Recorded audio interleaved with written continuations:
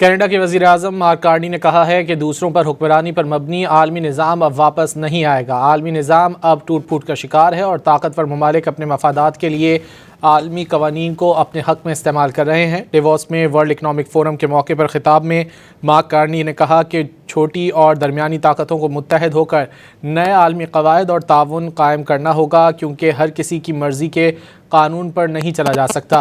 Carney ने Greenland के मामले पर डेनमार्क और ग्रीनलैंड की खुदमुख्तारी, अमरीका की टैरिफ पॉलिसियों की मुखालिफत की।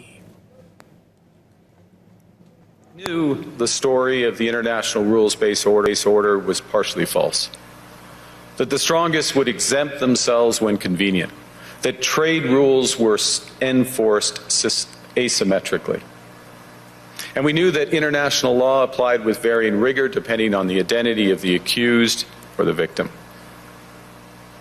This fiction was useful.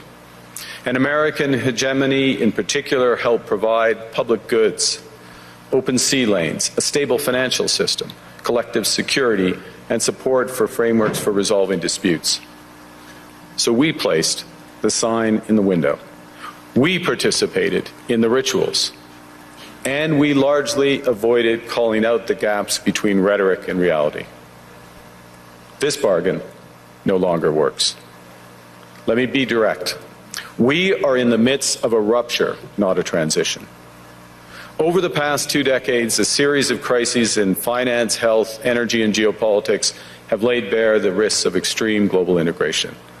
But more recently, great powers have begun using economic integration as weapons. Tariffs as leverage, financial infrastructure as coercion, supply chains as vulnerabilities to be exploited.